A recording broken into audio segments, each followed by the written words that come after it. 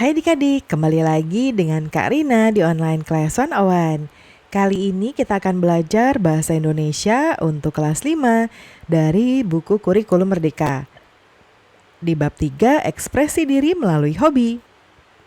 Di halaman 64-68 kita akan bahas bagian 4 ya. Yuk di-subscribe dulu, klik loncengnya, like dan share juga. Gimana kabar adik-adik hari ini? Semoga semuanya dalam keadaan sehat ya. Nah, kita akan lihat di sini, kita akan bahas bagian membaca dulu. Teks prosedur adalah tulisan yang memuat petunjuk secara urut dalam menghasilkan suatu karya. Perhatikan ilustrasi di bawah ini untuk memahami teks prosedur dengan lebih rinci. Nih ya, teks prosedur. Nah, yang pertama adalah judul. Tuliskan judul yang membuat pembaca memahami apa kreasi atau penjelasan yang kamu buat. Nanti ada contohnya di bawah ya. Misalnya tutorial membuat tutorial membuat taplak meja atau tutorial membuat burung bangau dari origami. Misalnya seperti itu judulnya ya. Lalu alat dan bahan. Nah, tuliskan semua alat dan bahan yang dibutuhkan. Tambahkan keterangan jumlah dan ukuran agar lebih jelas. Misalnya tadi kalau cara membuat burung bangau dari origami berarti alatnya adalah origami ya. Bahan dan alatnya origami atau kalau butuh gunting, kemudian lem ya dan lain-lain. Lalu berikutnya adalah langkah pembuatannya. Langkahnya ngapain aja? Pertama, siapkan kertas origami. Lalu lipat menjadi 2 bagian, lalu lipat ke kanan, ke kiri dan lain-lainnya ya. Itu langkah-langkahnya. Tuliskan langkah-langkahnya secara berurut. Gunakan kata kerja sebagai awal kalimat. Contohnya, lipatlah kertas menjadi 2 bagian ya. Kemudian gunakan guntinglah gitu ya. Guntinglah kertas dan lain-lain. Lalu ada penutup atau kesimpulan. Nah, ini bisa tuliskan tips untuk mempermudah cara pengerjaan ataupun bisa juga hal-hal penting lainnya yang harus diperhatikan pembaca ya. Nah, ini tujuan penulisan adalah memberi panduan kepada pembaca untuk menghasilkan karya sesuai yang diinginkan. Ciri-ciri teks prosedur biasanya memuat alat dan bahan yang diperlukan, lalu memuat tahap kegiatan yang berurut, menggunakan kalimat perintah yang singkat dan jelas, kemudian menggunakan kata kerja aktif. Nah, kemudian kapan kita menggunakan teks prosedur? Kita bisa menggunakan teks prosedur ketika membuat resep masakan, kemudian menjelaskan aturan permainan, membuat panduan eksperimen sains ya. Kita sering banget nih nemuin teks prosedur ini ketika di pelajaran IPA atau IPAS ya, kalau sekarang di Kurikulum Merdeka. Ketika kita akan praktek ya, kita dikasih judul dulu nih. Misalnya kita mau menganalisa misalnya organ gerak tubuh manusia misalnya gitu ya. Kemudian biasanya nanti ada alat-alatnya apa yang dipakai.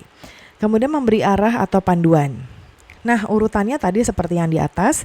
Yang pertama adalah judul, lalu alat dan bahan, langkah pembuatan, dan tips atau kesimpulan ya.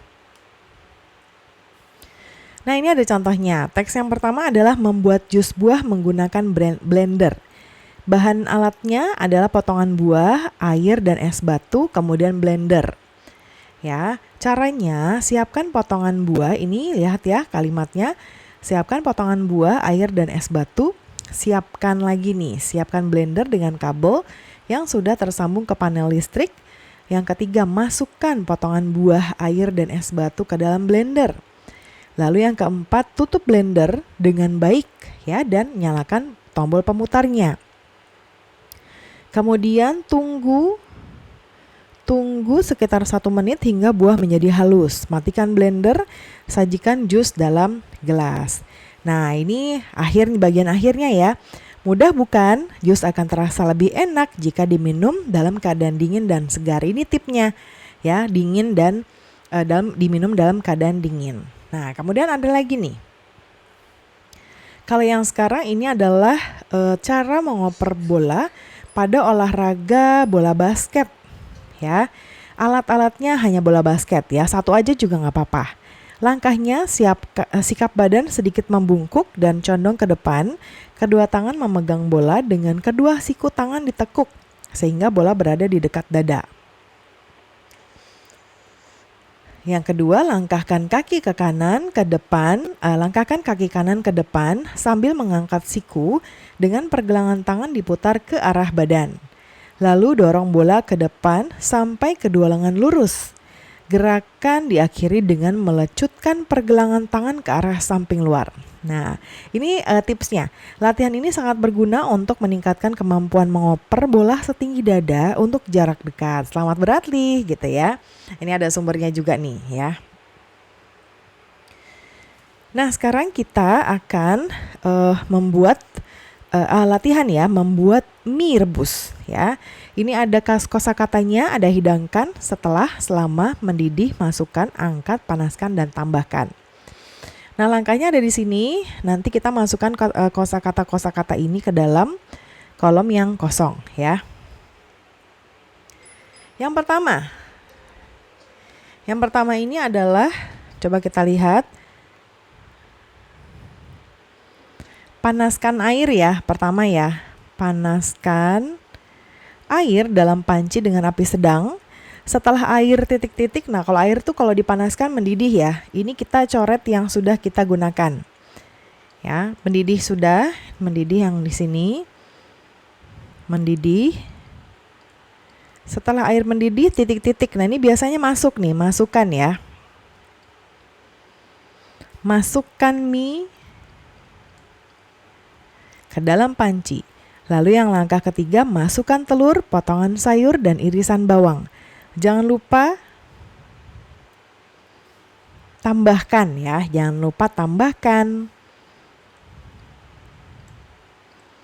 sedikit garam dan lada. Aduk-aduk mie titik-titik 2 menit. Selama 2 menit.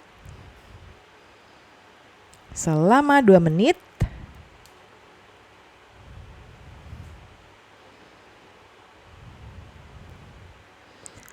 Angkat dan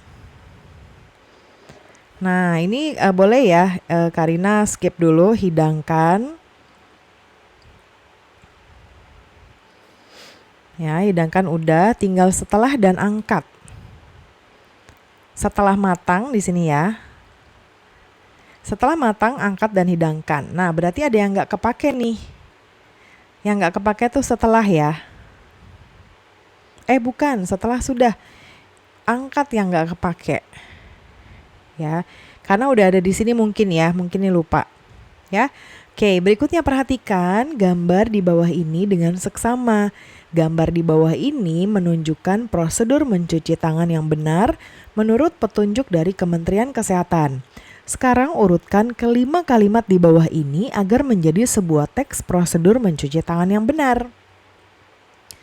Nah, kalau yang ini sudah ada keterangannya di bawah. Bersihkan bagian bawah kuku-kuku. Ini adalah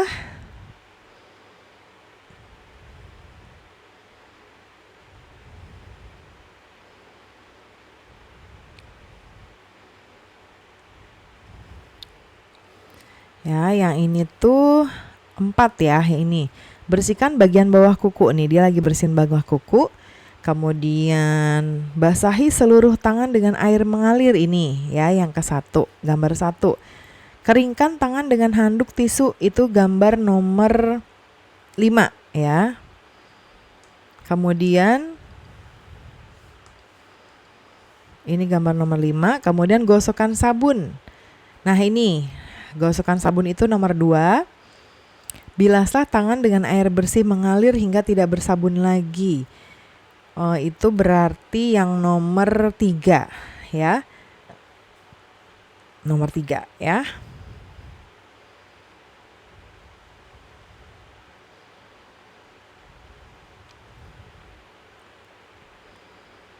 Oke. Nah, sekarang ini kayaknya terbalik nih. Bersihkan ini bawah kuku tuh ini nomor 3 ya, Karina ralat. Kita hapus dulu.